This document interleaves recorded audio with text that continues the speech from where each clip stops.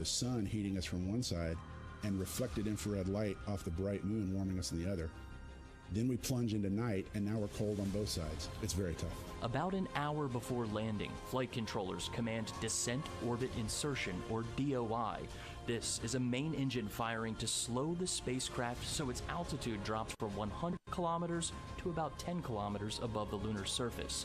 After DOI, Odysseus coasts for about an hour before starting its final approach. And then we reach a point called powered descent initiation. The guidance system on board makes the decision to activate the main engine at very close to full power. Cameras and lasers are feeding information to the lander's navigation algorithms, which provide guidance, navigation, and control. With a safe site identified, Odysseus enters a 3 meter per second descent, then down to 1 meter per second for the last 10 meters to the lunar surface. Now, the lander is using an inertial measurement unit, which is similar to a human inner ear that senses rotation and acceleration. Flight controllers expect about a 15-second delay before confirming the ultimate milestone, softly landing on the surface of the moon. And I can tell you, just from doing our simulations, that's the longest 15 seconds you'll ever experience as you wait for the final light to turn green to indicate that you've landed on the moon.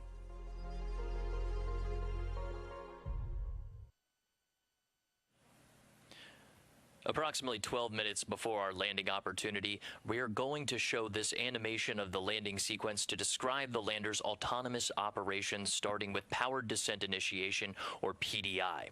During this maneuver, Odysseus must reduce its velocity by approximately 1,800 meters per second. You can think of it as a braking phase. Then, the lander pitches upright using its main engine with the Hazard Relative Navigation, or HRN, now being fed by NASA's NDL sensors, facing toward the area where the lander intends to touch down. At this point, HRN will autonomously scan the intended landing site for a safe landing area. Then, the lander's guidance, navigation, and control system commands Odysseus to a point approximately 30 meters above the designated landing site, and the lander goes into a vertical descent followed by terminal descent. Intuitive Machines created Nova-C for the CLIPS initiative and commercial enterprise with the goal of creating a lunar economy. And Nova-C is Intuitive Machines' first autonomous spacecraft. Nova stands for new, and C is the Roman numeral for 100, the lander's approximate payload capacity. With that, let's learn more about the Nova-C class lunar lander. This IM-1 mission lander is named Odysseus. The name was nominated by Assembly, Integration, and Test Engineer Mario Romero after the Odyssey and its epic voyage across the daunting, wine-dark sea. Including landing gear, Odysseus is 4.6 meters wide, and with its top-deck solar array, it's 4.3 meters in height. It's a taller design that accommodates payloads and the lunar South Pole lighting conditions. Its hull diameter is 1.6 meters, with payloads affixed to the entire exterior of the lander, making its total payload capacity approximately 130 kilograms. The lander weighs 675 kilograms, but packs on weight when loaded with fuel. Odysseus uses composite helium tanks to pressurize its liquid methane and liquid oxygen main engine that can throttle down to perform its final descent to the lunar surface in one continuous burn. Intuitive Machines' IM-1 mission is supported by NASA's Commercial Lunar Payload Services Initiative, which allows rapid acquisition of lunar delivery services from American companies. The instruments on board advance capabilities for science, exploration, and the commercial development of the moon. Commercial companies were challenged to come up with their own way to design and fabricate a lunar lander and conduct operations. For this commercial mission, Intuitive Machines elected to support the communications between the spacecraft and Nova Control through its own private ground-based network. And it's not the first time Intuitive Machines used this network in deep space. Well, that's right, Gary. NASA worked with Intuitive Machines to perform technology demonstration of this capability on NASA's Artemis 1 mission, which helped us verify the network for operational use during this CLIPS mission. The Lunar Data Network, or LDN, uses ground-based networks to communicate into deep space, so we could lose signal while Nova-C is on the far side of the moon. However, the trajectory of the lander's low lunar orbit does allow for near continuous line of sight with Earth and ground station coverage. Let's head over to NASA's Leah Cheshire to learn more about this network. Leah. Thanks so much. And I am here now with Trent Martin, the Intuitive Machines Senior Vice President of Space Systems. Thanks for joining us, Trent. Thanks. We're here to talk a little bit about the Lunar Data Network. This is a private deep space network, belongs to Intuitive Machines. How does it differ to have this commercially available space network? And how is that different from NASA's Deep Space Network? So when we first got onto the Commercial Lunar Payload Services contract, we were trying to find a way that we could get our data from our landers back to the Earth. We were worried that the Deep Space Network, which is often oversubscribed, particularly with James Webb Space Telescope now, that we would have limited time. So what we did was we created a network of large dishes across the planet that allow us to take our data from the moon and deliver it down to the Earth. And we initially tested this out during the Artemis 1 mission. So how did Intuitive Machines work that out? Yes, we worked a reimbursable Space Act agreement with NASA to allow us to test our network not only with Artemis at 430,000 kilometers, but also with the Lunar Reconnaissance Orbiter, as well as the GOES satellite. Okay, and what are the goals overall for Intuitive Machines? How do you want to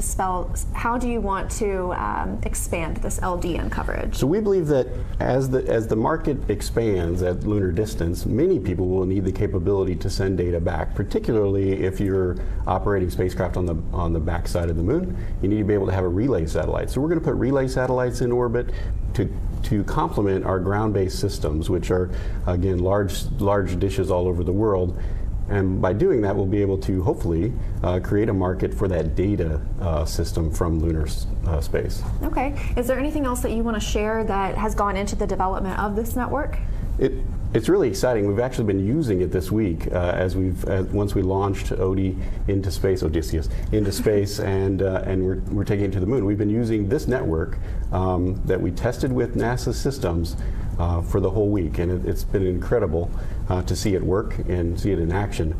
We have a long ways to go with it. We need to add additional satellites to the system so that we can relay data back from the moon. But we think it is the future of humanity in lunar space. Thanks so much. It's really exciting to see this in action. And we are just minutes away from acquisition of signal to confirm deorbit insertion. So we're going to send it back over to Josh and Gary to follow along with the operations. Thanks, Leah. That Lunar Data Network information feeds into Nova Control's communications and ground network console screens. It's just one of many different screens that are used by the flight controllers, and we want to bring you closer into the mission and into our Mission Operations Center. Let's take a look at what flight controller teams are seeing now. This particular screen is called the Deorbit Descent and Landing, or DDL screen. This screen is primarily used by the mission director and landing system experts. It's used primarily while Nova-C orbits the moon and through landing. The top right images of the moon are called the lunar tactical view. When the dots turn red, the lander is on the far side of the moon, and green is on the near side. The line is the tail where Nova-C is, with each dot representing 10 minutes of elapsed time. The acceleration sensed portion of the screen shows raw acceleration values from Nova-C's inertial measurement unit.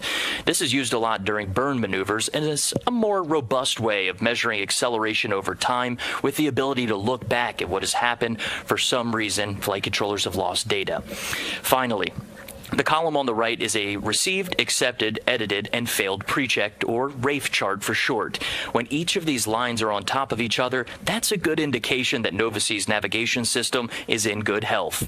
That's because every measurement Nova-C makes must be received, accepted, edited, or failed pre-check. The failure is a possible outlier of data that the lander's computer automatically knows is bad information. Collectively, the DDL screen is one of many data displays that flight controllers are monitoring to successfully navigate Nova-C to the lunar surface.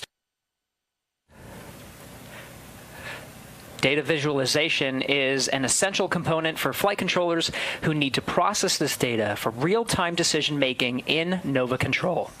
Now, again, we're following along with the flight control teams here in Nova Control prior to the next critical steps, including activation of the navigation Doppler LiDAR to provide guidance, navigation, and control for the landing phase. This is expected around 4:45 p.m. Central Time. The next critical milestone is powered descent initiation at 5:11 p.m. Central. This burn is the first in a sequence of maneuvers that starts about 12 minutes prior to landing, or about 50 minutes from now. Nova-C is, of course, landing on the moon as a delivery truck for the scientific instruments and technology demonstrations on board. There are 12 total payloads, 6 of which are NASA's.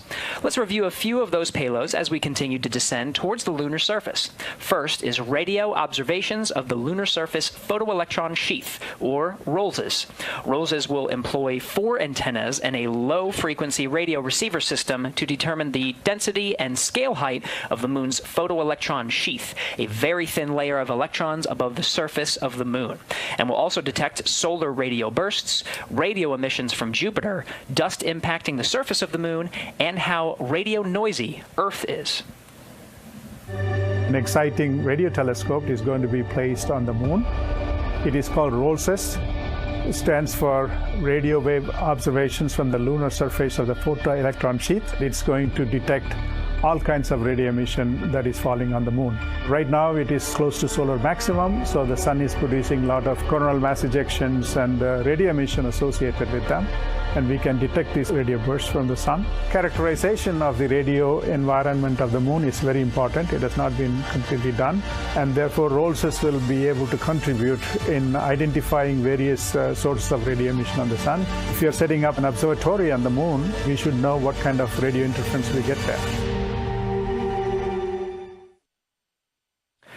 The Laser Retroreflector Array, or LRA, is a collection of 8 retroreflectors that enable precision laser ranging, which is a measurement of the distance between the orbiting or landing spacecraft to the reflector on the lander. LRA is a passive optical instrument that will function as a permanent location marker on the moon for decades to come. This is a little mirror that's aiming at you all the time, regardless which way you're looking at it. My name is Xiaoli Sang. I'm a LiDAR instrument scientist. It's a small retroreflector mounted on aluminum shell on the intuitive machine landers. When you shine laser on it, it reflects right back at you. The purpose is to have a precise fiducial marker on the landers. It serves as a landmark for future missions if you want to go back and land it there.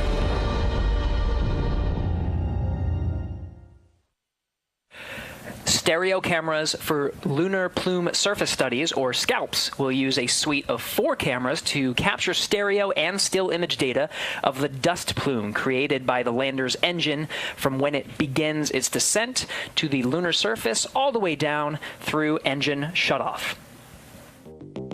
SCALPs is an array of small cameras that will be placed around the base of a lunar lander and collect imagery during the descent and landing of the vehicle. Using a technique called stereophotogrammetry, we can use those images to reconstruct a 3D shape of the ground. As the lander comes down, its hot engine plumes will interact with the surface. Our cameras will begin acquiring images from before this interaction begins until after the vehicle has landed on the surface. The SCALPs cameras will specifically be looking at the overall crater formation and erosion of the ground due to the rocket plumes. The final stereo images, which will be stored on a small onboard data storage unit, will be transferred to the lander and then downlinked to Earth, where we can use them to reconstruct the overall erosion volume and shape of the ground.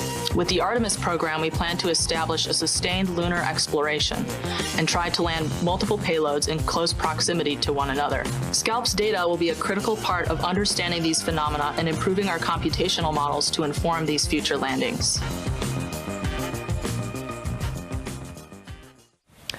Radio Frequency Mass Gauge, or RFMG, is a fuel gauge used to measure the amount of propellant in spacecraft tanks in a low-gravity space environment.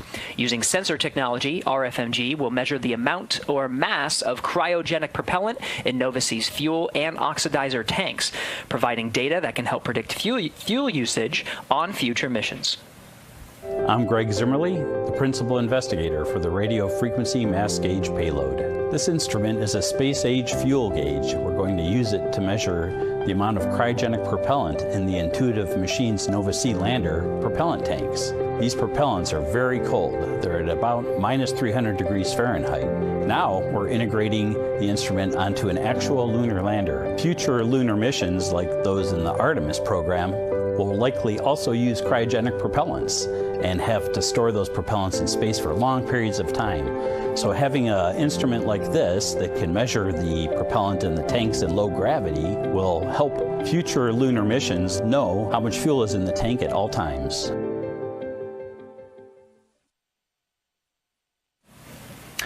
Now we'll discuss two more NASA payloads, Navigation Doppler LiDAR, or NDL, and the Lunar Node 1, or LN1, later during our broadcast. We'll have a special guest later in the broadcast to talk NDL upon its activation during descent. And Josh, we did get word that some of the processing of the optical images from NDL are already performing. They did some checks, and they're performing very well. Now, a common theme you'll find among the NASA payloads on IM-1 is helping to demonstrate technologies and our understanding of the lunar landscape that could very well improve operations for landing on the moon in the future. From understanding the environment to precision sensors to literal beacons, the technology on IM-1 will help guide technologies and operations for future lunar exploration. And Gary, with CLPS as a springboard of innovation, Intuitive Machines designed and developed its complete lunar program to help support CLPS and carry out the essential part of that directive, which included calling for the commercial development of the moon. Back in 2018, the U.S. government declared the moon of strategic interest. At that time, few companies and institutions were working on payloads designed for the moon because no one had been to the lunar surface in over 50 years. Gary, in the time it takes to get an undergraduate degree, 6 commercial entities created payloads for the IM-1 mission. We'll view all of them as pioneers helping shape this brand new lunar economy. And Josh, a true lunar economy should not have just NASA as a sole customer. NASA's CLPS initiative encourages a model where NASA is just one of many customers. And this is an important element to ensure that this model of transporting incredible science and technology instruments to the lunar surface is a sustainable and robust one. Well, it's important, and Gary, it's also promising in this situation. The commercial interest for delivering science and technology demonstrations continues to grow. As of our third planned mission, we're seeing more and more non-CLPS payloads from both domestic and international companies and institutions, which are driving us towards a future, maybe completely commercial mission to the moon, possibly as soon as our 4th mission. Well, even on IM-1, there is a variety of unique commercial payloads. It's a good snapshot of out-of-the-box ways to think about what the moon can offer. Well, that's part of the challenge. Beyond just creating the capability to land on the moon safely, we had to look toward a new emerging ideas and find innovative ways that may add value on Earth and spaceflight. Let's learn a little bit more about those payloads and the lunar lander attempting to make history.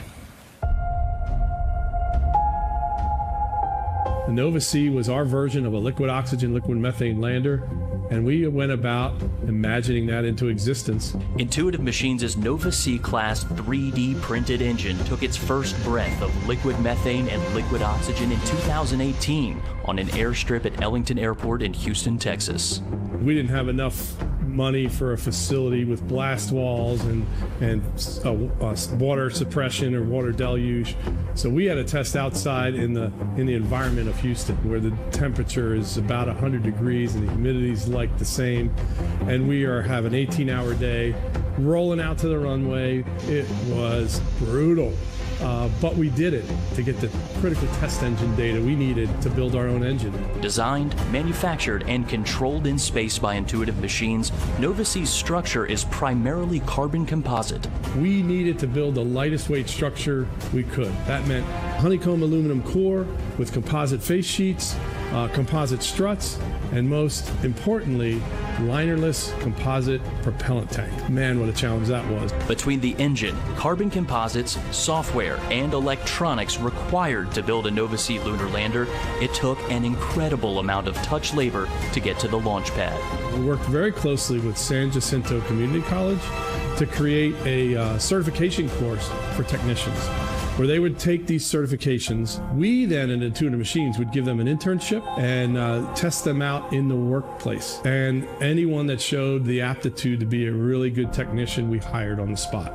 Nearly all of the lunar lander's payloads are mounted to its exterior, including 6 NASA-provided payloads that will help lay the foundation for Artemis missions. Embry-Riddle Aeronautical University's EagleCam, designed to deploy off Nova-C right before landing to take third-person perspective images. images. The International Lunar Observatory Association's camera system mounted at exact angles that could capture images of the Milky Way from the lunar surface. A data center technology demonstration by Lone Star Data Holdings and Omni Heat Infinity, Columbia Sportswear's thermal reflective insulation used in many of their outdoor products, will help protect Nova C from extreme temperatures in space. They've got brilliant ideas, and if we can help facilitate those startups to help build this economy, I think that raises all boats, and it's as serving as the transportation leg to the moon, we're happy to accommodate those kinds of companies. Now, the lander and our payload customers require command and control in space. Intuitive Machines' Mission Operations Center provides both of those elements. It's called Nova Control, Nova being the name of our lunar lander class, and Control being the nerve center of our entire lunar program. Its unique circular design fosters a collaborative environment where flight controllers and customers may make agile decisions. Let's take a live look. Yeah, and inside that flight control room, Josh, it's important to note that these are not the only teams that have been in this room over the past 7 days. This is staffed 24/7 inside in Nova Control here. There's red, white, and blue teams that support this mission. Gary, the mission required 24/7 operations. We're somewhere in between the 7th and 8th day. This has been 3 teams, red, white, and blue, working 8-hour shifts, which really turned into just about everybody working 12-hour shifts each. In addition, there's another team, the gold team, that's running problems and solving solutions that are coming up in the future. And at this moment, we talked about this being a dynamic situation, using 2 of NDL's lasers to feed into our HRN and TRN cameras to provide a landing solution. Everyone, every asset available out of all of these teams is on hand right now to solve these intractable problems and take the best shot at the moon we possibly can. It really took a team to solve some of these, as you mentioned, a dynamic situation. Now, you talked about the design of this room, fostering that collaboration. It's a little different from what I'm used to over at the International Space Station Flight Control Room, where you have consoles that are facing towards large screens. What exactly is the logic behind this particular design? Really, we wanted to get everybody together into where we're a small company. There's not a lot of us. Agility is our strong suit in this situation, and this room really suited us. It's a situation where we can put our payload customers inside the center, or let's say we need to bring in operators who have knowledge of the things that need to happen in the future that we haven't quite touched on as a team, but you can insert those folks into the center of this room, make quick decisions, respond to problems, and that's really the way that we see tackling some of the hardest challenges in the world, and certainly right now for us, this is one of the hardest challenges on the moon, most certainly. Which we are saying absolutely, and it takes everybody in this room, and everyone has their respective roles, just like we see with any spacecraft. Each of these individuals provides insights into a specific spacecraft subsystem. And the captain of this whole thing is usually the mission director. In this case, this is Blue Team. That is Dr. Tim Crane. He's our co-founder and chief technology officer, serving as mission director today.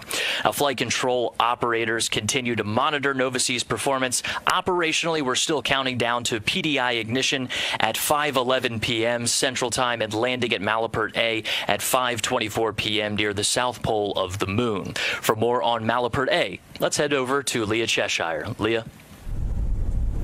Thanks so much, and I am now here with Ben Bussey, Intuitive Machines Chief Scientist, to talk about Malapert A. Thank you so much for joining us, Ben. It's great to be here. Now tell me a little bit about this landing site. Why was it chosen? What sets it apart? So the most important factor when selecting the landing site was to find a good, safe site for Odysseus to land. And we're landing in highland terrain near the poles, and that was a fun challenge for the team, but we think we found a good, large, safe area free of boulders and craters. The other key factor was to try and land in the south polar region of the moon. If you know, NASA, through the Artemis program with their international partners, will be sending humans to the moon in this decade. So the goal was to find somewhere in the south polar region that was large and safe, and we sort of think just outside the rim of Malapert is sort of a Goldilocks location that will allow all the payloads to get the data that they want to get. And you talked for just a second about that lunar highland material. That's what we believe believe Malapert A to be composed of? What is really interesting about the lunar highlands? So if you look at the moon, you see bright and dark regions, and the dark regions are lunar mare, which are old volcanic flows. The bright regions are mountains, are the highlands, which actually represent the original 4.5 billion year crust of the moon. So they're scientifically very interesting. They're also the same geology that the crew will visit. And so we want to go and get the first data of the highlands near the poles. And so we have one of our instruments, for example, is SCALPS, and NASA likes its acronym. So it's the stereo camera for lunar plume studies. And so that camera, which is 4 video cameras, will image the dust of the highland terrain right before we land. And so we will learn how it behaves as landers come down. So as we start to put multiple things near the poles, we know how far away we have to land. And we know that there are some interesting conditions for these areas in the lunar South Pole. That can be lighting, that can be communications, terrain itself. So what can we expect at Malapert A? So yeah, as you get very close to the poles, the lighting and communications becomes very challenging. So for IM-1, we've gone to about 10 degrees, about 300 kilometers from the pole. And we think that's a good location because it's the closest to the pole that anyone's landed. But for example, we've chosen a site where you can see the Earth all the time, which is obviously communications being a key challenge. Whereas for IM-2, our second mission later this year, will go even closer to the pole. So for example, one of the things that we can study is, while we see the Earth all the time, it's still close to the horizon. And one of the things that communication engineers want to know is how communication is affected when the Earth is really close. So that's one example of something we can do in support of Artemis. Well, thank you so much for joining us here today, Ben. That's all the time we have right now. We're going to send it back to Josh and Gary to talk a little bit about the landing sequence. Thanks, Leah. Yeah, Malapert A is a fascinating satellite crater to Malapert, a crater only 300 kilometers from the moon's south pole. The site is named after Charles Malapert, a 17th century Belgian astronomer. The area around the landing site is believed to be made of lunar highland material, similar to Apollo 16's landing site. Apollo 16 was the first Apollo mission to visit the lunar highlands in an area called Descartes. Scientists believe the highlands offered insights into the moon's early history. The Descartes landing site turned out to be a source of rich scientific information. A large sample of rock called anorthosite was recovered from Descartes, which solidified more than 4 billion years ago during the moon's formation, when the outer regions were still molten. The IM-1 mission is carrying NASA payloads that may help better characterize this important scientific landing site for future Artemis missions. And Gary, we were originally targeting from NASA Oceanus Procellarum. It was a lunar mare in the region of the near side of the moon. The decision to move from the original landing site in Oceanus Procellarum was based on the need to learn more about terrain communications near the lunar South Pole, which is expected to be made up of some of the best locations for sustained human presence on the moon. Landing near Malapert A also will help mission planners understand how to communicate and send data back to Earth from a location that is low on the lunar horizon. Now we're coming up on the NDL activation. We have more information about how Intuitive Machines flight controllers intend to land on the moon using this NDL, NASA's Navigation Doppler LiDAR. And Gary, since choosing to orbit the moon one more time, flight controllers have been working to resolve a challenge with the lander's laser rangefinders assigned to the terrain relative navigation and hazard relative navigation cameras. Those provide landing solutions to Odysseus.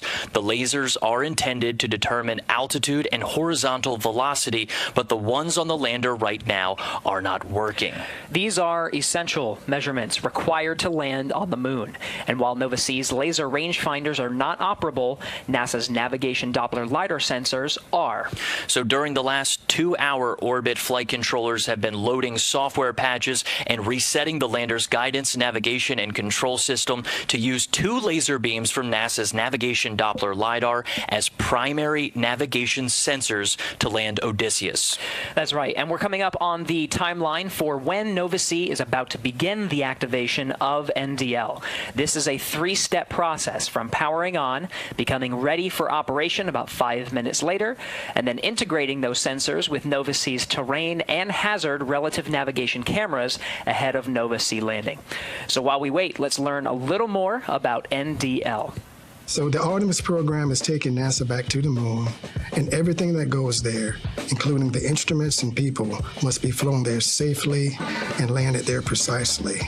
So the landing phase of that task is one of the most critical aspects of it. NDL is a LiDAR instrument that is used to enable that capability. It uses light in the same way that sonar uses sound. For NDL, we have 3 telescopes where light would come out of the telescope, hit the moon's surface, and some of that light will be reflected back. These telescopes are mounted on the outside of a vehicle so you get a clear view of the ground as it's coming in for a landing. In the Apollo era, large radars or astronauts using their eyes looking out of a viewport were used to help land the vehicles. NDL is going to have to take the burden off of the crew with a much smaller, lower power, and more accurate instrument. And we just got an update from one of the flight controllers that the HRN and TRN cameras assigned to Nova-C are still nominally processing images using 2 of those NDL lasers. Quite the feat, Gary. No, it's absolutely incredible and a very important milestone to reach. Now, with that understanding, let's learn more about how this technology is playing an active role in this dynamic situation. Let's head over to Leah Cheshire. Leah? Thanks so much, Gary. I'm joined now by Prasad Desai. He's NASA's Deputy Associate Administrator for the Space Technology Mission Directorate. Thank you so much for being here. Grateful to be here. So let's talk a little bit about the novel landing technology that is NDL. Can you explain that to us? Yeah, so NDL stands for Navigation Doppler LiDAR. And one of the challenges for doing any space missions is knowing where you are and trying to figure it out, right? And so we're looking to develop newer and newer capabilities that we can do that more precisely and that take up less volume and mass on the spacecraft so that you can have all the available payload mass for instruments and other scientific things we're trying to do. And so this is the next generation of a new capability where we're trying to go from the traditional measurement using radar to a laser-based system. And so that's what this navigation Doppler LiDAR will be doing, is sending out 3 laser beams to try to get the velocity measurements in the lateral direction as well as the vertical direction. So when it comes to NDL, what are some of the challenges we expect to see when using this technology? So we've tested it on the ground in a number of platforms, from helicopters to landers here on the surface, on the Earth, to test this out. But this is the first time we're going to test it actually in the space environment on a lunar surface, right? And so we will see how that different environment will really affect the systems, right? And so one of the things that we would really like to know is what how the pulse comes back after they send the laser, and how it reflects back to the system, how long it takes to process, and how it will help define the solution to figure out the trajectory to go down to landing on the surface.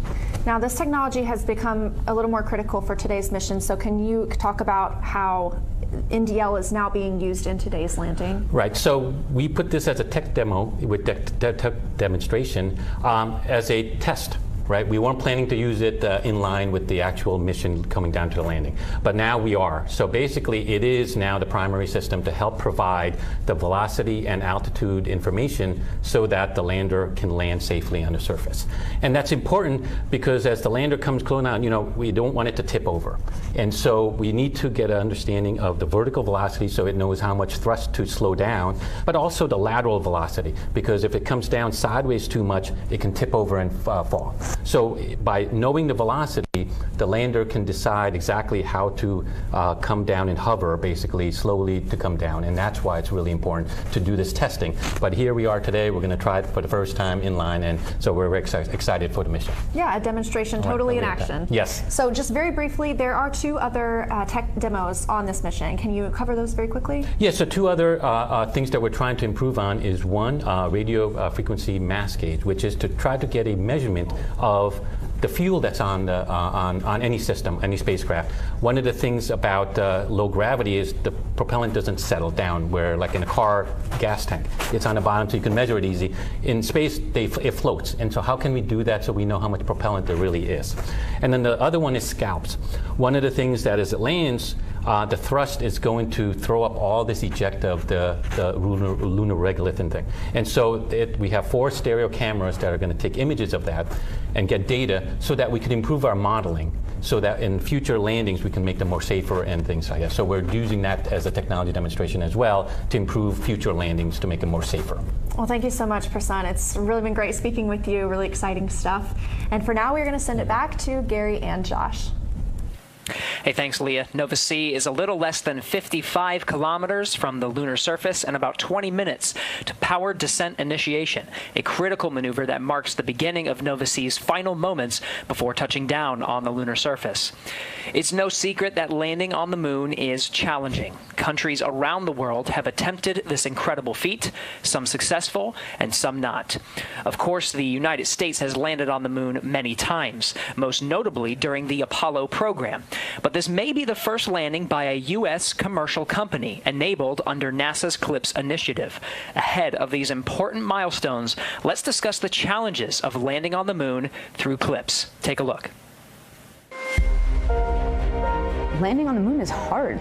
We're going back. Under this Artemis program, we're going to be sending humans to the moon for the first time since Apollo. So ahead of humans, we want to get up as much science exploration and technology experiments as possible. So CLIPS starts facilitating a lot of the early science, the things we want to learn before we even send humans. CLIPS stands for Commercial Lunar Payload Services, CLPS. The services part is the key element. Ordinarily, when NASA delivers a payload to the surface of the moon, they do it with a commercial partner, but NASA controls the building of the vehicle. Now, we're buying the service of delivery of our lunar payloads to the surface of the moon. It is a delivery service, akin to a delivery service that you'd have here on Earth. NASA will provide payloads to a commercial company. They decide how to get it to the moon. They have to develop their own lander, but they also have to manage the entire end-to-end mission. It's meant to provide affordable, rapid, frequent access to the lunar surface through American companies. We're funding different companies. We have commercial companies that are competing to win task orders to deliver our payloads to the surface of the moon. One of the goals when we started CLIPS was to help establish a lunar economy. Somebody has to do it first, and then it becomes commercially available. Then they're able to crank them up. Then they're able to make it more affordable. And so the lunar surface is just the next frontier for a commercial environment. But we had to acknowledge up front, all the way through the highest levels of the agency leadership, that some of them will fail.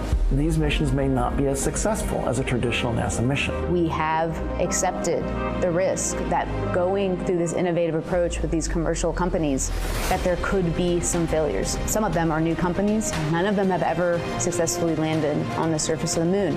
So they're going to learn lessons. We need to give our vendors the opportunity to learn. And so that'll help ultimately buy down our risk as these companies learn, okay, what does it take to actually build up the lunar lander, integrate payloads, get to the lunar surface and land safely. They've been able to demonstrate that they have very, very good technical depth and the ability to design and execute missions. We're willing to take more shots on goal. And we aren't risking human lives. And in the big picture, if we're flying missions at 1/10 of the cost of a NASA mission, and we fail 2 of them, we still get 8 missions for that same price. Even with 1 or 2 or 3 failures, this is still a very economical proposition. It's a risk posture which is more risk tolerant than NASA is accustomed to. There's not a single one of these companies that's willing to bet their mission on a coin toss. Every one of them is doing what they can in order to have the most successful mission possible. But the important thing to realize is that risk tolerant does not mean risky. And the rewards are a long-term ability to get payloads to the moon inexpensively, frequently, and rapidly. We want science, so we can then put more of our resources on even more science, exploration, and technology payloads and get more of a return on investment when we get to the moon. CLIPS provides tremendous benefit across the scientific and economic communities. So there's a lot we'd like to learn about the moon to help human habitation and prepare us for missions to Mars and beyond. So the moon is the first step. The teams here in Nova Control have been working diligently over the past 7 days to take us this far and are laser focused on the operations ahead. We're following the clock down to the start of those autonomous operations of Nova-C, starting with the powered descent initiation. For now, we're heading back over to Leah Cheshire, who's standing by with NASA's Associate Administrator. Leah. Thank you, Gary. I'm joined now by Jim Free, NASA's Associate Administrator. Thank you for joining us, Jim. Thanks for having me. This is a big day, and what are some of the challenges to landing on the moon that people might not expect? Well, it is a big day, by the way. You're right. I think the challenges are multifaceted. First, getting into lunar orbit is a challenge. Going to the South Pole is different than going to other parts of the lunar surface. The lighting conditions are a lot different than at the equator. So you have your hazard detection has to be a little more reliable. You have to be able to do that last minute avoiding of the hazards that are on the surface and finding that right place to set down, so you're also level or within a tolerance that you can be for level on the surface. We've talked a little bit about how this is a different model for us. So how does NASA help ensure success while we also allow these companies to figure out their solutions? We're able to offer our technical expertise, so companies can ask for technical experts from NASA that might be an expert on lunar surface conditions or orbits around the moon, or even just in assembly of the spacecraft, the vehicles. But they can also ask for help during the mission. We provide help through our deep space network to get the communications, to bring the data back to the control center here, to help them maybe understand their orbit better or get more communication with the spacecraft as well. So both in advance of the mission and during the mission also. And CLIPS is just one way that NASA is using, we're working to strengthen the American space economy. So what are some other ways, and why is NASA pursuing this commercial route for complicated space missions? So we started back in the space station, where we started with the commercial cargo, where we spurred on investment in commercial delivery of cargo to a space station. That's ported over into our cruise flying commercially. We're doing that on the Artemis program, buying things by service so that we can spur on other investment that allows us to get our resources and use them elsewhere to do other parts of our mission, exploring the moon or beyond. You talked a little bit about Artemis for a second. So how does CLIPS fold into NASA's plans with Artemis and with this Moon to Mars architecture? I think I could talk about Artemis for hours. Me too. But CLIPS is absolutely essential for Artemis. It's our first steps of understanding the lunar environment. So the Intuitive Machines lander is going to help us understand how the lunar dust moves as the rocket plume, the exhaust of the rocket hits that dust. We need to understand that because we're going to land even bigger landers with our humans in the future, and we want to land it close to our other elements, so we're not blowing that dust everywhere. How does it behave? So that's just one part of it, but it is our first step of understanding that environment that we're going to put our astronauts on the surface. And of course, we're really, really looking forward to that mission. But for now, thank you so much for joining us here today. We are going to go back to Gary and Josh to highlight some more payloads ahead of the powered descent initiation. Hey, thanks, Leah. A report at 4:54 p.m. Central Time from the flight control teams shared that Nova-C is less than 30 kilometers above the lunar surface and is in the lunar southern hemisphere. We're still on track for PDI at 5:11 p.m. Central Time. Nova-C will perform this maneuver to slow the vehicle's descent, then pitch over and scan the landing site for hazards, making any necessary corrections in the final burns to ensure a safe landing. We've highlighted 5 of the 6 NASA payloads so far throughout our broadcast today. Let's talk about the final NASA payload, LN-1. Lunar Node 1, or LN-1, is a small CubeSat-sized flight hardware experiment that integrates navigation and communication functionality for autonomous navigation to support future lunar surface and orbital operations. Lunar Node 1 is meant to be a demonstration of how we can use various navigation technologies to figure out where you are in and around the moon. I'm holding in my hands the Lunar Node 1 mass simulator. We use this build to test out our vibrational modes, put on a shake table, and also do fit checks with the lander itself. Inside of our payload, we have multiple electronics boards that fit within this chassis that is a little bit about a half a U in size. You can see our external connectors here where we have our data and power to the lander itself. And within here, we have multiple boards that do the power regulation, our data control, our FPGAs, all those kind of electronics pieces are in here, as well as a small S-band radio that attaches up underneath this top radiator in order to distribute this heat, and then to talk to the antenna, which mounts here. This is the same size and build as the flight payload. It's just not covered in MLI or some of the other materials that you'll see on the flight build itself.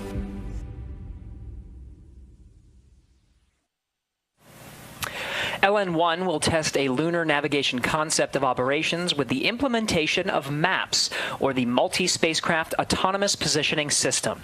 Ideally, this kind of technology can support a network of communication and navigation amongst local surface and orbital operations. LN1 will test multiple navigation links from the surface of the Moon back to Earth to characterize both MAPS transfers as well as GPS-like signals that could support a future lunar communication and navigation network. Gary, one of the best things about communication and data is getting imagery back. And Intuitive Machines has several camera systems on board, including EagleCam. It started as a challenge from our CEO, Steve Altimus, to his alma mater, Embry-Riddle Aeronautical University. Students and faculty created EagleCam to take an out-of-this-world selfie of Odysseus landing on the Moon. The camera system could capture the world's first ever third-person picture of a spacecraft making an extraterrestrial landing.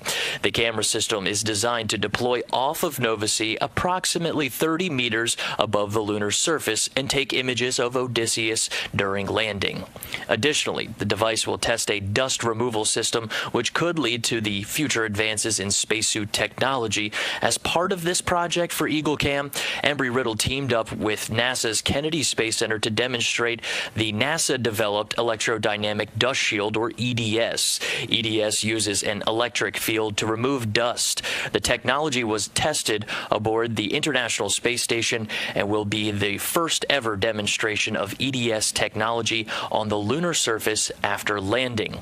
Intuitive Machines also had several cameras on the lander, including wide and narrow field of view cameras. They started the mission with incredible imagery as the SpaceX second stage deployed our Nova C lunar lander, capturing iconic images of the Earth after separation. It requires a lot of planning, work, and just a hint of luck. Payload integration managers programmed the lander's wide and narrow field view cameras to take 5 quick images every 5 minutes for 2 hours, starting 100 seconds after separating from SpaceX's second stage. Out of all of those images that were taken, we ended up with just 4 inspiring ones to show humanity's place in the universe. And right now, we're a little more than 10 minutes from powered descent initiation. Let's go to Leah Cheshire one last time for the final interview ahead of this critical maneuver. Leah. Thanks, Josh. I'm here now with Nikki Fox, NASA's Associate Administrator for the Science Mission Directorate. Thanks so much for joining us. Thanks for having me. This is a great day. It is a great day, and you're watching this with leaders from NASA and Intuitive Machines, just very close to here. What's happening in the room right now just before these final descent maneuvers? Oh, there's just excitement, anticipation. You know, everybody knows landing on the moon, going to the moon is hard. And we're already celebrating because this mission is already a success. You know, we've launched, we had a beautiful launch. We've taken great science data all the way, every single challenge. The team has really risen up and solved it. And now we're in lunar orbit, you know, minutes away from starting our descent down to the lunar surface. So for me, so many successes with this mission already. So just a lot of excitement. I'm loving that. So we are working with these American companies in a very unique way. These are challenging goals, and some people would probably consider this a bold endeavor. But what does it mean to you when you look at pursuing challenges in a bold new way? I mean, you're right. It is bold. It is a new way of doing science. It is a partnership with totally new companies who haven't done these things before, and we are partnering with them, and they are taking our science. It's a way for us to get more science and more technology to the moon quickly. So it's faster. It's very cost-effective. It's very efficient. We're on our way. We've got the 6 payloads from NASA, and we're excited to get them down there. With every new thing we do, there's there's always a challenge, there's always risks. This is a high risk but super high reward, and it'll get tons of science on the surface. And for my NASA science, this is exciting because our Artemis missions and our lunar science touches all 5 of our science divisions in very profound ways. So super excited. You said high reward, so I want to talk for a minute about the valuable scientific insight that we can get from the moon. What is that? What does it mean for NASA? I mean, there's so much we can do on the moon, particularly where this one is going down to the South Pole. We think we're going to find great volatiles down there. So as we get prepared to send our astronauts there, then we know that there's water there and we can use that water. Water's very heavy to carry, so it's really great if you can use it on the moon. We can break it up into hydrogen and oxygen, use it for fuel. Really great for our sustainability, but also where they're going is one of the oldest regions of the moon, about 3.85 billion years old. So we can actually learn about what our solar system was like before life started. Life is very noisy. We're very, very noisy here on Earth. The moon is just like pristine, and so we can really do some amazing science. I look forward to learning more about it. So any final words before we wrap it up?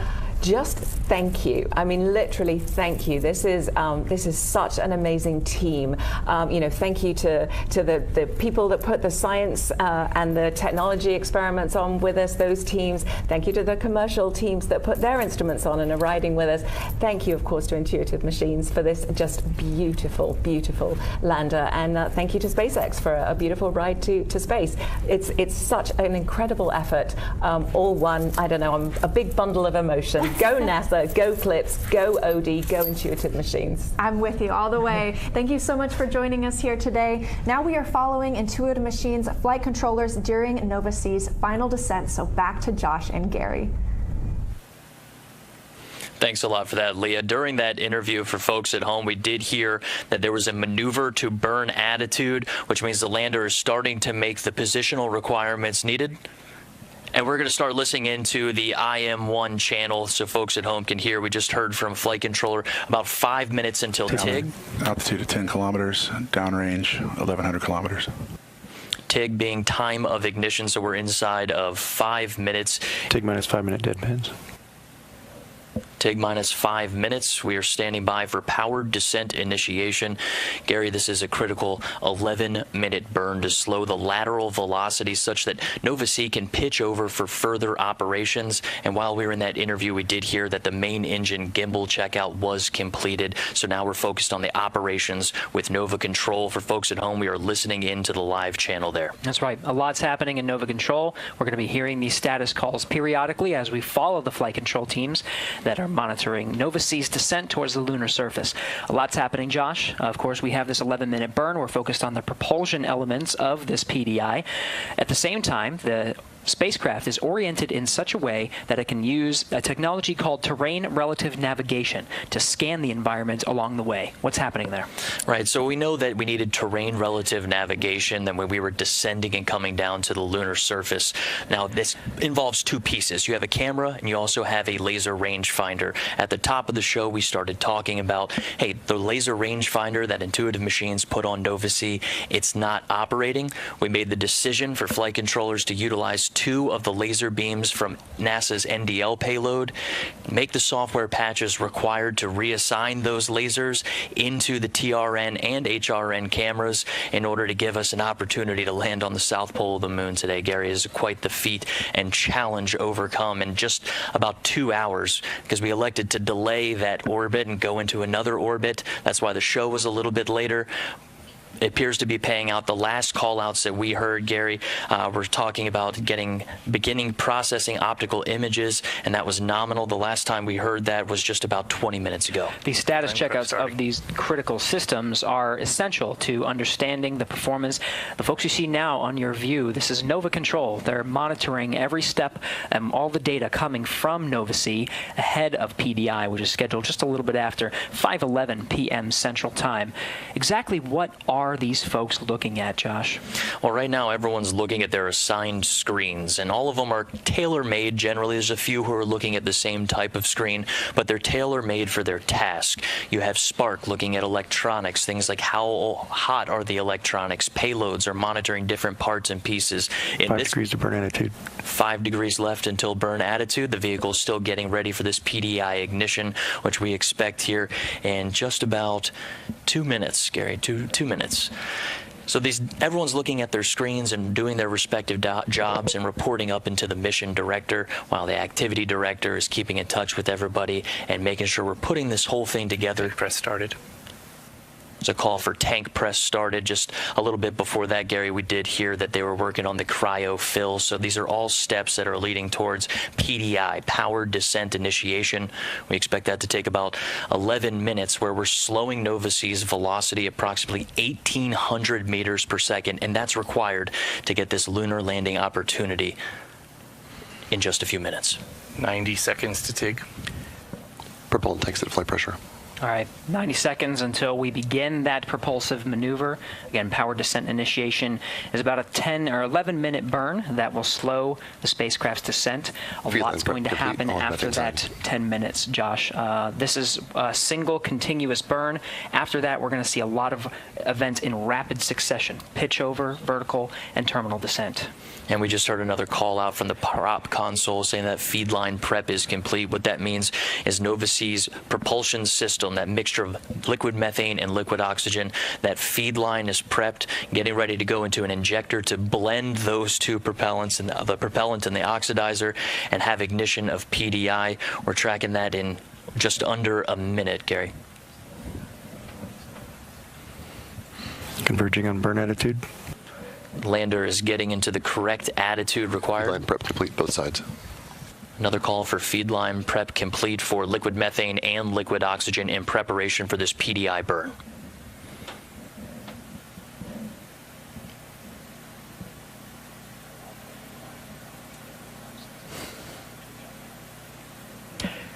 "15 seconds, exec mode."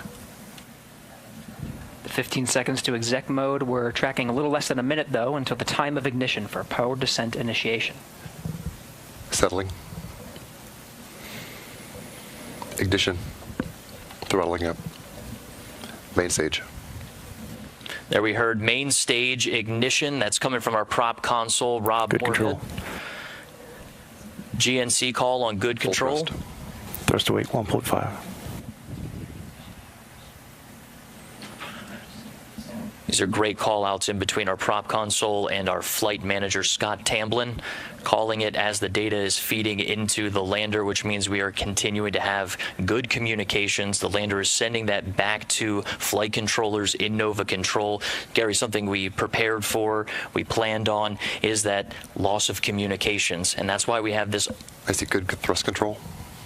It's a good thrust control call from prop, but that's why we have this autonomous lunar lander. You know, we programmed, we know that, hey, we want to light PDI in this moment. These are the steps you need to get there. But from here in, this is an autonomous lunar lander, and flight controllers are monitoring communications and tracking the progress right along with the public right now with us. Nova-C has the helm. It is in control and is making the decisions necessary to ensure a soft landing. We heard call-outs about thrust, full thrust right now. There is the ability to throttle that thrust, and we'll see that throughout the descent as the fuel tanks continue to unload and we expel that propellant. And we did have a few questions come in about how much gas are we giving this to slow down the vehicle. And we want to remind folks that this PDI burn goes Commanded thrust 90%. Goes in just about 90%, right on time. So it goes in at 90% in order to, if the lander makes a decision and says, I need to slow down more and make a decision to make a safe landing, it's able to add a little bit more oomph and make that decision a reality rather than just a possibility. Fido, I'm showing 500 kilometers to target, but my display's a little bit stale. That's the mission director, Tim Crane, calling about 500 kilometers, but stating that his information might be just a bit stale. 1,000 psi in the helium tank. It's part of the reason we're showing this animation, Josh. Of course, this is not telemetry driven. We're just showing you exactly what's happening. As we hear the calls, this information is relayed through the audio loops. Not enough bandwidth to do a live stream of this, so we're relying on the data that's being fed from Nova C to Nova Control. Yeah, that data is going into the flight controllers, and what you're seeing on your screen right now is just to give you an idea of the vehicle's attitude. You heard them talking about moving to a burn attitude. This is what we expect Nova C is doing right now. It is a simulation in the large screen just to give you an idea of what's happening over these critical approximate 10, 11 minutes of PDI, powered descent initiation, trying to slow Nova C down, bring that acceleration down to about 1,800 meters per second. And there's some follow-on steps after that, Gary. It involves pitching over the lander using that gimbaled engine. We heard the maneuver to burn attitude followed by main engine gimbal checkout. So they'll use that gimbal to pitch the lander over and start a vertical descent. This is where we start getting a little tricky as far as there is a final approach. It may add a few seconds, it may add a little bit of time, but we are intended to land right around 17:24. That's 5:24 p.m. Central Time. But know that there is some give and take. We're also expecting, plan for, and train for a little bit of loss of communication during this process. That's right. And that communication is absolutely important. And part of the reason, and we've been stressing this, Josh, is the autonomous operations of Nova C. Part of that is after it performs that pitch over maneuver. 400 seconds to go and braking 1. Good control. FIDO IC TRN DPOS processing. In flight. All right, that was the call that we were waiting for. That was our major problem we've been working on in this dynamic situation, is getting those images processed from the HRN camera, TRN camera, which in this case, a dynamic situation, we had to improvise a little bit and reach into those 2 laser beams from NDL, figure out a patch while we were in lunar orbit, just about 2 hours, and it sounds like we are getting good readings from those images. Absolutely remarkable feat. We also happened here, I think it was 400 seconds remaining. That was coming from FIDO and Flight Dynamics. Sean Stewart working the console this evening. This is excellent calls to hear. Hazard relative navigation is going to be used after the pitch over maneuver. This allows Nova C to make some decisions and scan the landing site underneath it and make decisions in an area that calculates the terrain to make sure that it's landing in a safe landing zone. Right, so we finish up PDI, pitch over, and we have to use that hazard relative navigation, a critical tool in order to land on the moon, to make those decisions, right? There's no human eyes, human elements deciding, okay, I see the hazard, I need to steer this way, or maybe press the gas, press the brakes. This all happens autonomously, and this is a huge requirement and a great call out to hear about the HRN camera system and processing those images. Right now, I am tracking 5:16 p.m. We expect PDI to go until about 5:21, 5:22. 300 seconds and braking 1. Or about 300 seconds to approximate those numbers. Very precise.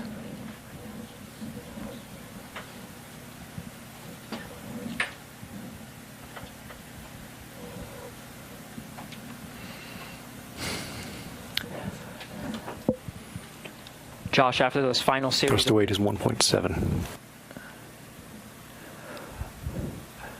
Following along, after those critical maneuvers... Committed thrust still 90%. 90% thrust. We'll hear those call-outs periodically. We started at full thrust, 90%, still throttling. Nominal. And good performance on that engine. That's a great call out. 2 things there. Nominal performance on this engine as well as the helium tank. So what we haven't mentioned so far in the show is that the helium tank pressurizes that liquid methane and liquid oxygen tank. But in addition, it's also used for reaction control system. Those are the small spurts that you see at the top of the lander in the animation that control the vehicle's attitude. So for things like landing on the moon, you really want to land at the right attitude. That way your antennas are facing back, direct line of sight to Earth, and you can get that ultimate confirmation once you do suspect that you have landed on the moon. The antenna alignment is an important element of landing on the moon, Josh. We're expecting the high-gain antennas to be pointed towards Earth to confirm, but there may be a delay. We are expecting some sort of delay. I had just talking to the mission directors about how quickly we could receive a positive confirmation after this landing process is through, and there was some dispute over how long. The earliest was just about 15 seconds after we see timing of when the event is supposed to happen. So right now we're tracking about 5:24 p.m. Central Standard Time. So maybe anywhere from 15 seconds after that, maybe a few minutes, 2 to 3 minutes while we work to acquire that signal. Because as you mentioned, the lander is going to a general area. 9 kilometers altitude. 9 kilometers altitude call from Tim Crane. The lander is going into a general area that we say, this is the general area we want you to fly to. It's using that hazard relative navigation to make better decisions about this is an area with the least amount of slope. This is an area that's free of boulders and other obstacles. So it's making autonomous decisions about where to go. 3 minutes to go, breaking 1. 3 minutes call. Just to wrap that up, when the lander is making those decisions, Gary, it's also very difficult to track. We've been very fortunate thus far tracking communications to this point. To wrap that up, Josh, 3 minutes, that brings us to just shy of 5:22 p.m. Central Time.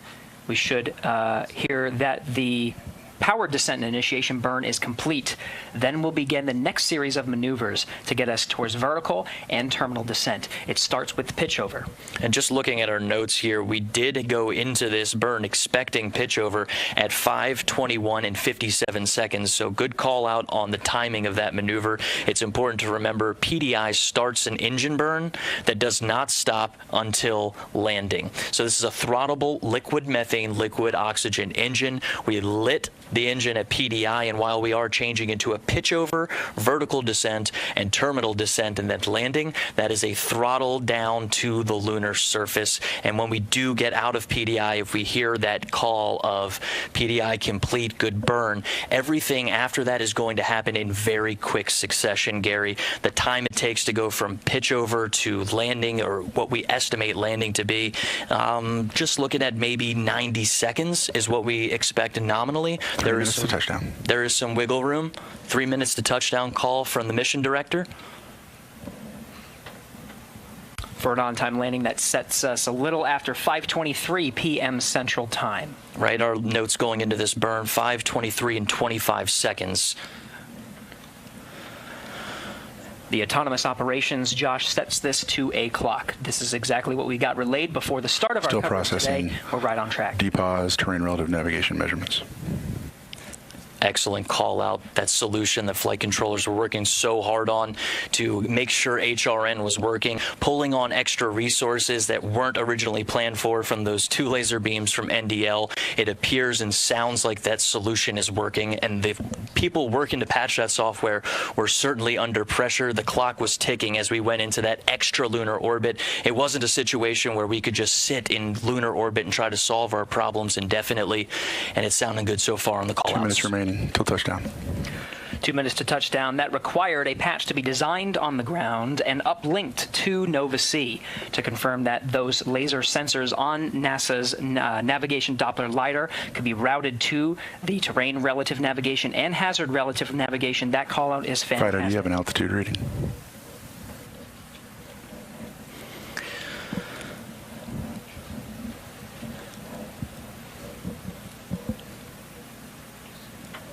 Standing by to see if we can get an altitude reading from FIDO here. That's Flight Dynamics Officer Sean Stewart on Blue Team.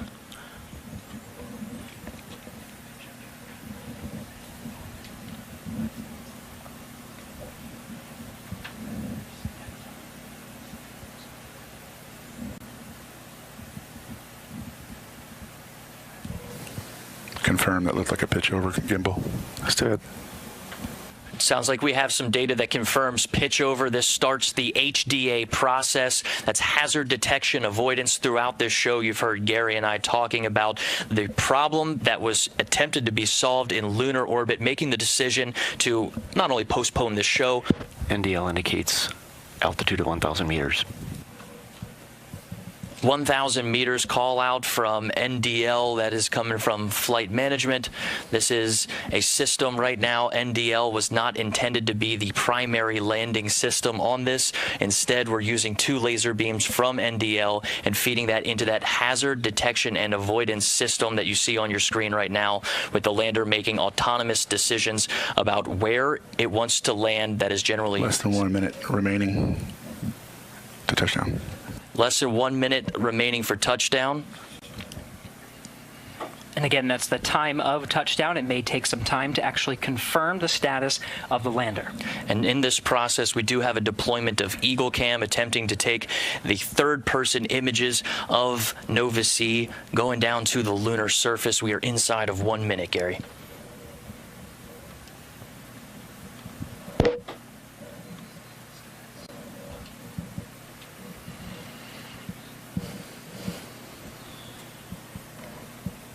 Yes, we're well into blowdown.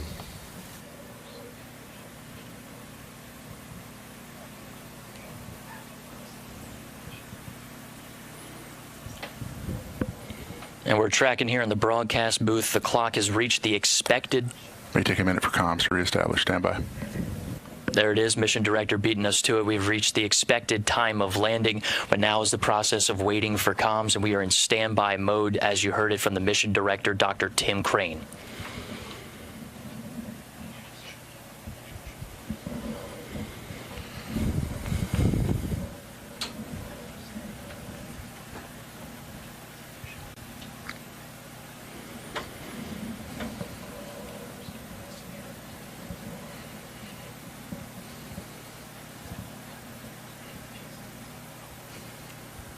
And 1 minute has elapsed from the notes that we have, Gary, of that original burn starting at PDI. And you have carrier lock. That's MD asking if we are getting the ground stations locked on to Nova C.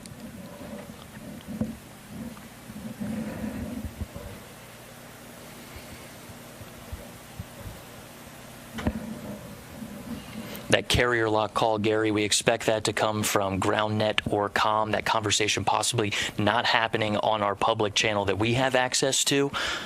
We're just standing by to hear that come through the channels as we approach almost 2 minutes since we estimated the landing time. We did get a few call outs on the side, folks coming into the room saying there was about a 2-minute forgiveness in our timetables. We are checking our antenna reception. Checking antenna reception.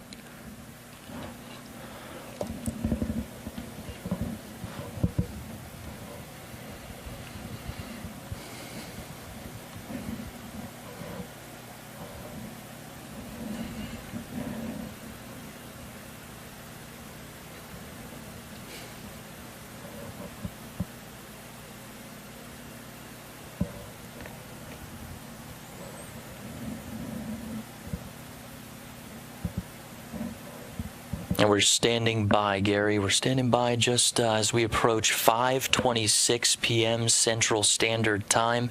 Given those mission directors' notes of the flexibility between what we were tracking, what we were given was just about 5:24. All stations, this is MD. Please look back through your logs and confirm the last information you had, and we'll determine this is a comm outage. And that's the mission director, Gary. These are our notes here of what we believed. We talked about the comm outages with the lander making autonomous decisions. This is the process of going through the last bit of data that came into Nova Control and working to verify, okay, this is the last bit of data. Where was the lander possibly going? How do we look for it and establish those communications? Nova C uses 4 antennas placed at the top of the lander that are designed to capture these communications. But we did expect this. We talked about it, that this is a communications challenge in and of itself, and right now we're standing by to hear that communications call out. We're just a little more than 3 minutes from the time of when the clock reached 0 for Nova C landing on the moon.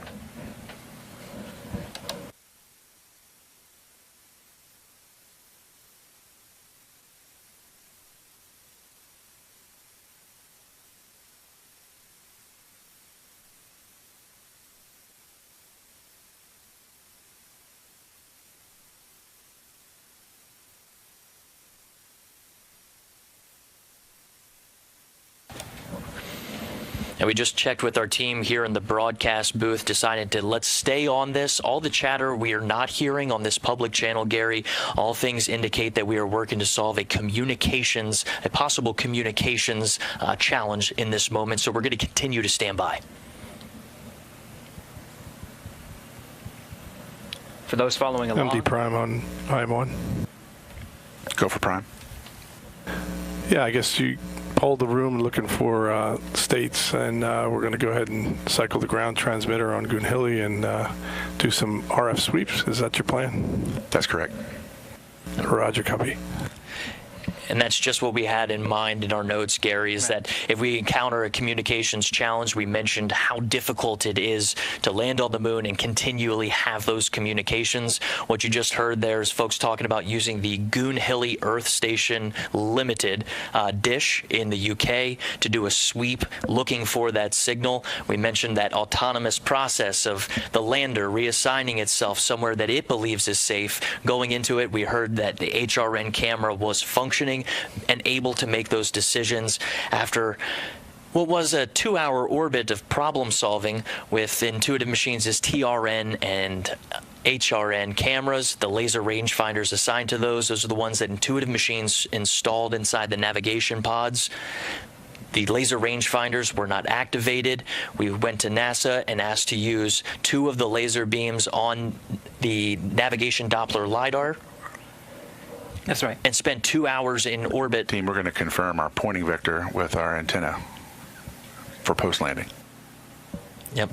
We spent about 2 hours in orbit to solve that problem. We got good readings on the way down. And right now, we are working to confirm communications on the surface of the moon, roughly around the Malapert A region. That is the South Pole region of the moon. That's right. What we do know is the power descent initiation. We were following along in the status calls. We executed a pitch-over maneuver, and we're counting down the clock to a landing time of 5:23 p.m. Central Time.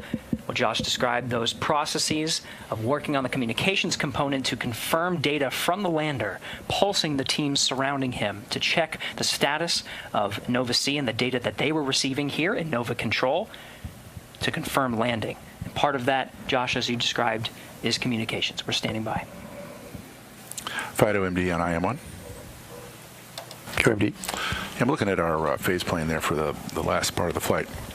Looks like we had excellent pitch and yaw control throughout, but I did see a little bit of a roll excursion. Could it be that we landed off angle and roll in the final phase?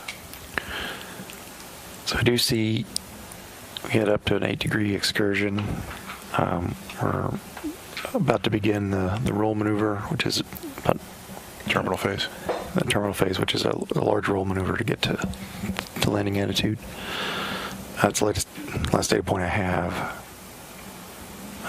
But up until that point, we were really solid. Right. So terminal phase begins at 30 meters. Or post HDA. Post HDA. Post HDA. 400 meters. Very good.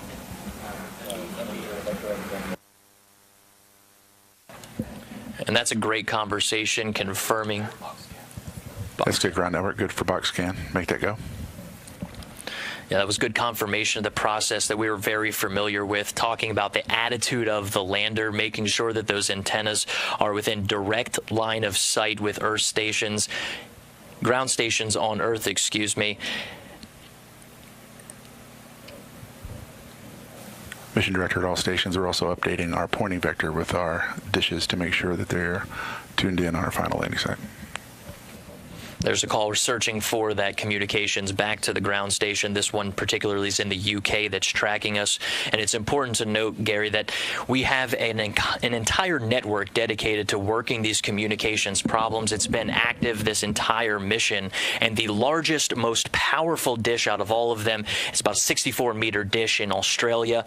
That time to search with that opportunity with the largest, most powerful dish, we're looking at about 12 to 13 hours after our estimated touchdown. So this is a process that we could be looking and searching for the lander's signal for confirmation for quite some time, but we're going to continue to listen in and stand by as our flight controllers are working with the ground station in the United Kingdom to work this issue, work this problem. It's another challenge, very similarly to the challenge solved just to make it this far. Signs of life. We have a return signal we're tracking.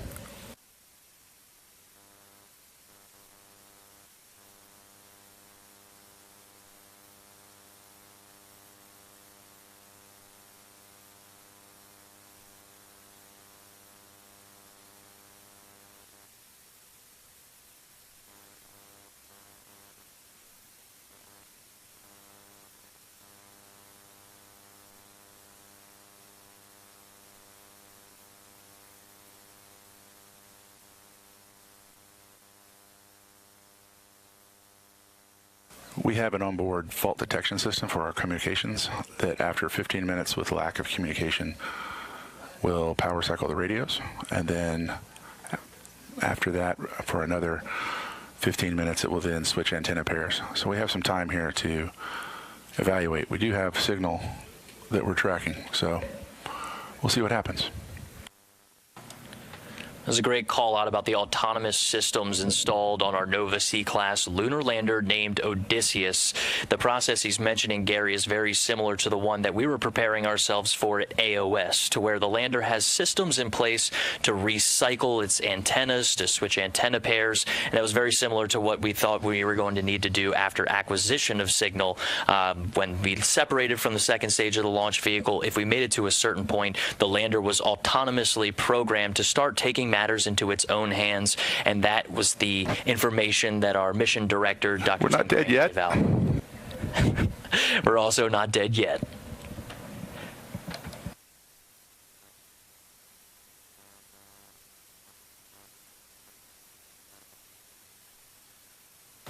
Good.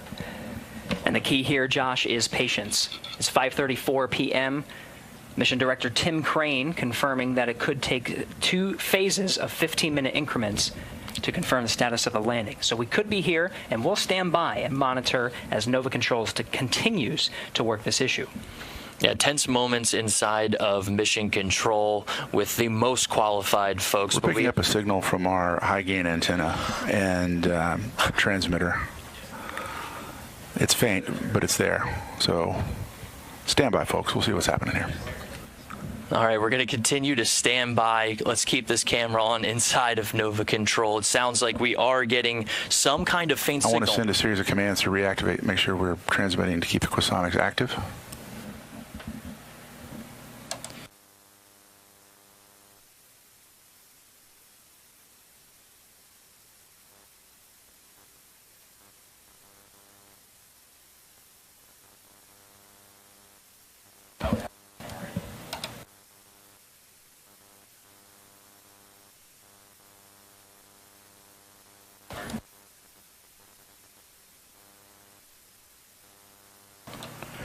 We're still standing by. The last call from Mission Director Dr. Tim Crane was that we were getting a faint signal from Odysseus's high-gain antenna.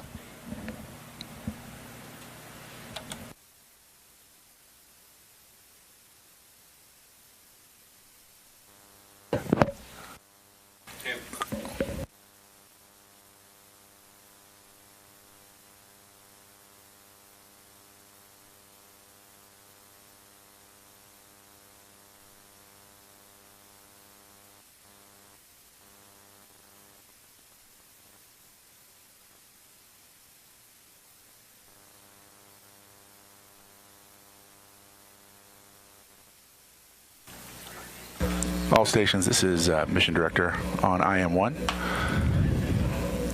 We're evaluating how we can refine that signal and dial in the pointing for our dishes.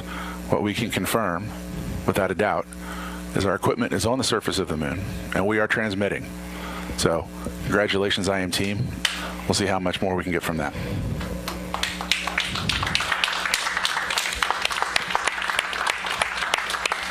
An excellent call from our Mission Director, Dr. Tim Crane. IM-1.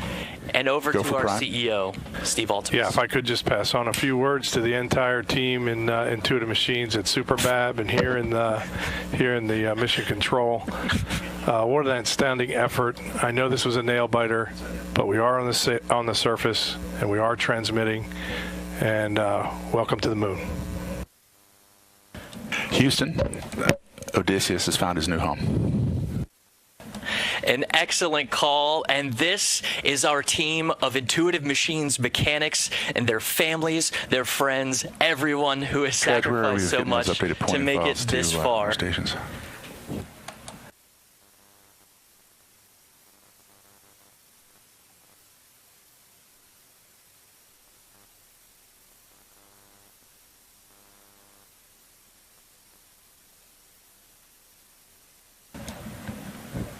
How about that call, Gary? That was something else, a faint signal. Now it's time to work on refining that signal. But Dr. Tim Crane, our mission director today, making the call. Odysseus has a new home.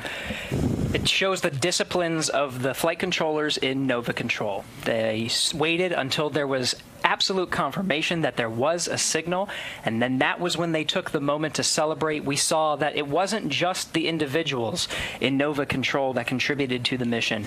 The contributions to enable the success of Nova C's landing on the moon stretches far and wide. We showed, of course, some of the folks watching there, but really it extends even farther than this. A wonderful and truly amazing moment to celebrate. The U.S. has landed on the moon once again. And to everyone, you mentioned it goes beyond just the folks that we saw on camera waiting and working through those tense moments, but their friends, their families, and everything it took to get to this point. We're still expecting an image. We expect that to come down sometime in the future, especially as we look towards some high-resolution images. Let's go ahead and it sounds like we do have a message we'd like to cut to. Can we have that message special for our folks, our employees, and folks watching at home? Hey, that's right. With Nova C landing at Malapert A, congratulations, like you said, Josh, are flooding into the teams that made this happen. Really sets a tone for the American leadership and the future of a strong lunar economy. So here's NASA Administrator Bill Nelson. On the 8th day of a 250,000-mile voyage, a voyage along the Great Cosmic Bridge from the launch pad at the Kennedy Space Center to the target of the south pole of the moon, a commercial lander named Odysseus, powered by a company called Intuitive Machines, launched upon a SpaceX rocket carrying a bounty of NASA scientific instruments and bearing the dream of a new adventure in science, innovation, and American leadership in space. Well, all of that aced the landing of a lifetime. Today, for the first time in more than a half century, the U.S. has returned to the moon.